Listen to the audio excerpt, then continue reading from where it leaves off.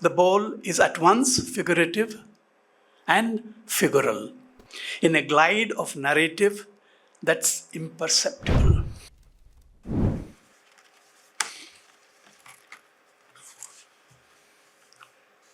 Mine is not an extempore speech.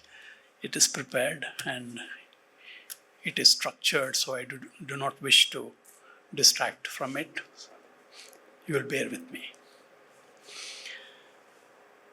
M.S. Murthy is a painter, sculptor, and an author. These three domains of creativity entail working with three very different materials. The painter's canvas and color, sculpting solids, and the writer's medium, the word, meaning, metaphor, and syntax. Murthy's imagination is nourished by his encounters with the world, his engagement with philosophy, particularly Buddhist thought, and dialogue with the materials of his craft. He is in search of things that are not known or imagined a priori.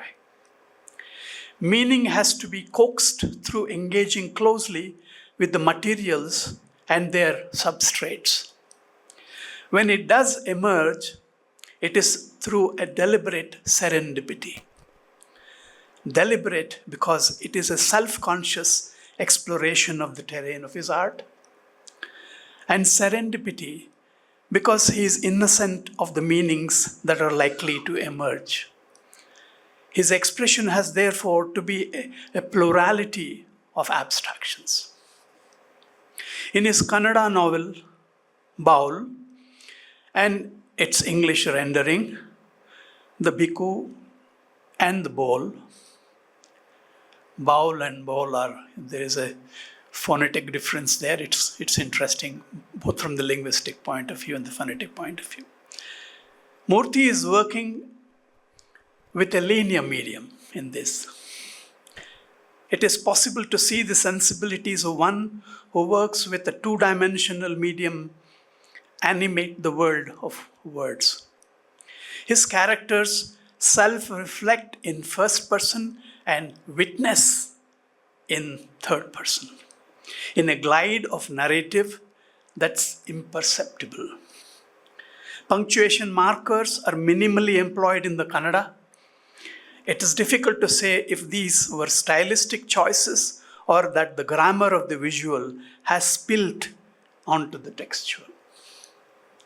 Murthy creates archetypes, the lineage of the gurus, the woman transitioning from a life of instinct to a life of intuition, the young boy who is the locus of the transformation that is the goal of the philosophy being discussed in the novel, and finally, the wayward man who might have lived differently had he listened to the wisdom of the land. At the intersection of the two mediums, the visual and the textual, is the idea of the bowl. Murthy endows it with a multiplicity of meanings. The bowl is at once figurative and figural. As an object, it has geometry and topography, a hollowed form, curved and capacious, edged by a rim, outside of which lies the vast expanse of the cosmos. And as a figural entity, however, it becomes a site of transformation, a site of confluence of multiple experiences, multiple trajectories of life. Murthy does not allow the reader to confront the comfort of mixed meanings. He draws them into a reflexive space where tensions are not resolved through language, but through the understanding that comes from lived experience. Guilt is not absolved through apology, as in the case of Bhikkhu in this novel, but through acceptance that life will now be lived very differently from what one set out to do. The other abstraction Murthy employs is the image of water springing from rock in remote wilderness. From a single source arise countless trickles, each finding its own path. Some trickles grow into broad, serene rivers, some plunge into cataracts, while some others disappear into unseen depths, simply vanishing. Each flow exists only in the moment. A stream reckoned in one instant is not the same in the next. It is continually dying and continually being renewed. This insight Murthy extends to life. Like the river, life exists in the present moment, in a state of unceasing flow. It straddles the moment that has died and the moment that isn't born yet. It is stringing together of these transient moments. This is a characteristic true of a musical note or a syllable of speech. In dying, one musical note makes possible the coming into being of another. Continual dying is the substrate of life. Meaning emerges from this vanishing. Murthy gestures towards the paradox of the enduring nature of what is intrinsically transient. At its core, he sees identity in the annihilation of the entity. He explores this idea through the figure of the bhikkhu. Bhikkhu is both a name that underlies the entire narrative. It is also a signifier of a way of life. Through the character of the bhikkhu, Murthy reflects on the river of life. Where does it begin? Where does it end? What is its purpose? The river, like life, gains its identity not from destination but from flow. From its dynamism, from the willingness to move, to adapt, to give and receive, to transform. Like the river, one life nourishes another even as it navigates the vicissitudes of terrain. It traverses. Like river, it's never the same the next moment. Selfless and continuous. It traverses a trail of an unbroken series of moments, each arising and passing away. This life trajectory of bhikkhu is radically altered by the encounter with Malinga. As a monk, his was to have been an open-ended journey, free to explore the world, free to go anywhere. That journey is interrupted. He is compelled to enter another life. He is no longer a free monk. He is a proxy householder. At the center of this transition is the bowl, a gift from Bhikkhu's guru. It has been damaged in the scuffle with Malinga, who dies from a thrust proffered by Bhikkhu in self-defense. It has a chipped rim and not wholesome any longer. The rest of Bhikkhu's life is spent in repairing the fractured bowl. Figuratively, in the life, he will now live as caregiver and expiator of his guilt for having caused the death of a stranger. Figuratively, as the new role he will adopt with respect to the orphaned son of Malinga. Bhikkhu's guilt cannot be resolved through apology. It demands a reorientation of life itself. To an outsider, this may appear as a detour, but to him, this is simply life. Like a stream that alters its flow upon meeting a great boulder that blocks its natural course, bhikkhu too moves in a new direction. There is no preferred direction to life. It flows where it must. He assumes responsibility for Malinga's wife, Sumalate, and their son, Ananda. When begging no longer sustains him, Ajja, the village elder, guides him toward labor, gathering firewood, selling it in the market. In this altered life, his purpose becomes singular, to care. Ananda grows in his presence, observing, absorbing, learning. Without proclamation, the bhikkhu becomes his guru. Sumalate, meanwhile, lived a life of devotion, first to her husband, then to her son, and in time to those who sustain her world. Her resolute strength nurtures Ananda's awakening. When the moment comes, she lets Ananda go, absorbing the enormous pain of separation from her child with dignity. The broken bowl must be repaired, and it is that act of repair that has drawn together the destinies of Bhikkhu, Sumalate, and Ananda. And yet, the bhikkhu is not free from attachment. He grows attached to the bowl and to Ananda. Recognizing this, he lets go. The bowl is passed on through Sumalate to Ananda, carrying with it the lineage of teaching. There is a moment when the bhikkhu imagines his guru speaking. I gave him an empty bowl, but he has filled it. Only when it's emptied will he be recognized. Recognition then lies in emptiness. The bowl gathers meaning through all these lives. Murthy imagines life as a circumambulation along its thin edge. To walk that edge with awareness, even once, may suffice for liberation. A misstep leads to a fall into the abyss within or into the vastness without. The teaching is simple, yet profound. To live fully in the present. In practice, this becomes restraint, awareness, and attunement to the natural flow of life. The way a river moves, not by force, but by yielding.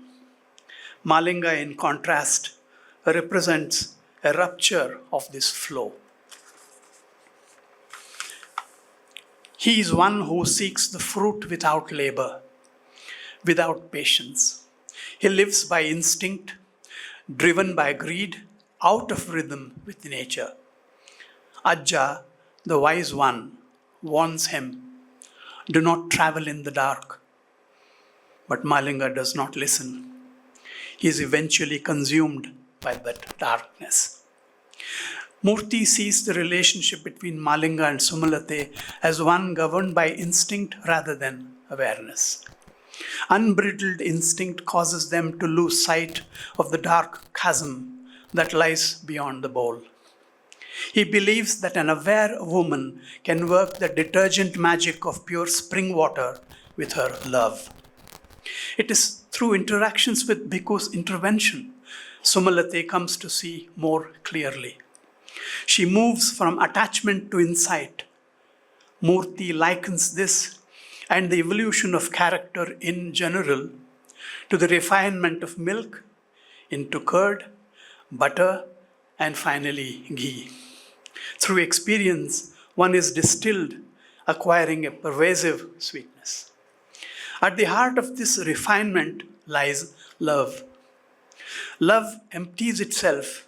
It gives, and in giving, it is cleansed. It transforms both the giver and the receiver. One who lives thus becomes like the bowl, emptied and therefore ready. The Buddha's insight is simple. What we take to be permanent is not. To see this is to let go, and in letting go, to be free.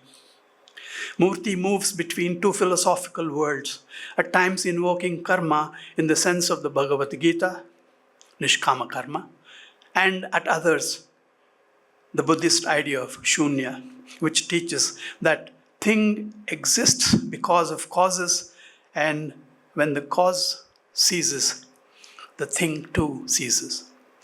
One implication of this view is that everything in the world is related to everything else. This interpretation is associated with Sariputta in the early phase of the Buddhist emergence, but is what is called the Theravada, and to Nagarjuna in its more rigorous philosophical and logical elaborations. The alms bowl historically is more closely associated with the early phase referred to Theravada, where it was the lone monk, the Arahant, seeking after to attain enlightenment. The later phases focused on the idea of the Bodhisattva, who would be exhorted to seek ways to enlightenment not only for oneself, but for the entire community.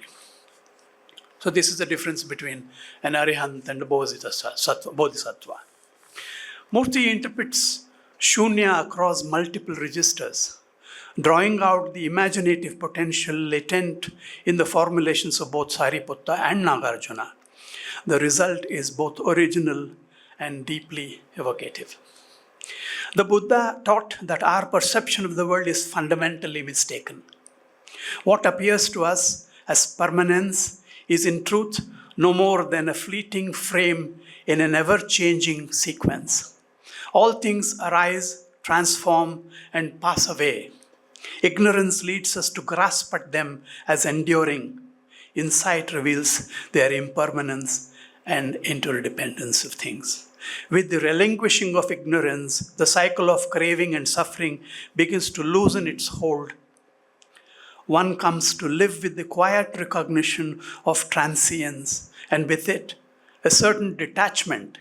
In this light, the one meal bowl, the one meal and the cupped palms, this is the emblematic of the single moment in which food is taken and life is lived. It's a one meal bowl. And the cupped palms become resonant symbols of that understanding, the transience of life. Enlightenment or nirvana is therefore not the end of the path, but the very beginning. A note on the translation. Murthy's novel is evocative in both Kannada and English. The Kannada original is marked by a fluid movement between the first and third person, at times attaining a near mystical stream of consciousness flow. It is by any measure a difficult work to translate, and the translator has clearly had to negotiate a range of subtle challenges.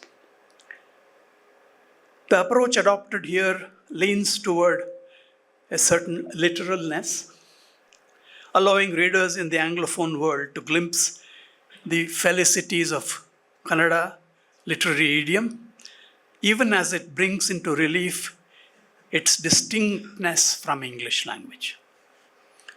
One absence I keenly felt in this edition is the preface by Professor Manu Chakravarti. Inclusion of that would undoubtedly enrich future editions of the novel. By way of conclusion and to convey something of the incisive flavor of the preface, I would like to read a brief excerpt from it. Here it is. This is what Professor Manu Chakravarti says. Bowl is an extraordinary work that beautifully recreates archetypal figures. The Buddha, Ananda, the eternal mothers of the world, and correlates them with the common mortals of the contemporary world.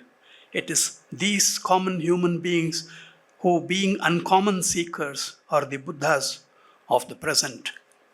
And it's only through a constant, eternal renewal of that timeless spirit that this predatory, savage world can seek its salvation. What is of enormous consequence is of presence of the timeless. The old man in the novel is a primordial witness to the past, the present, and the future. Central to the work, Bol is a venerable old man who facilitates the journey of the present into the future. Felicitates also is equally good here. Bol is essentially a fictional work and not a vain, futile, abstract philosophical narrative. To miss this is to completely misunderstand its narrative structure and misread its thematic preoccupations. It's out of the fictional elements that gradually emerge the very authentic philosophical ideas, making Bol a fictional work embracing very basic philosophical issues. It is in the commonness of life that philosophy finds its anchor and sustenance. Bol fully exemplifies it, and in an exemplary way. M.S. Murthy has indeed given us a work that opens up our consciousness in a major way. Finally, I'd like to quote from the article titled, translated it, Before the Mirror of the Interior.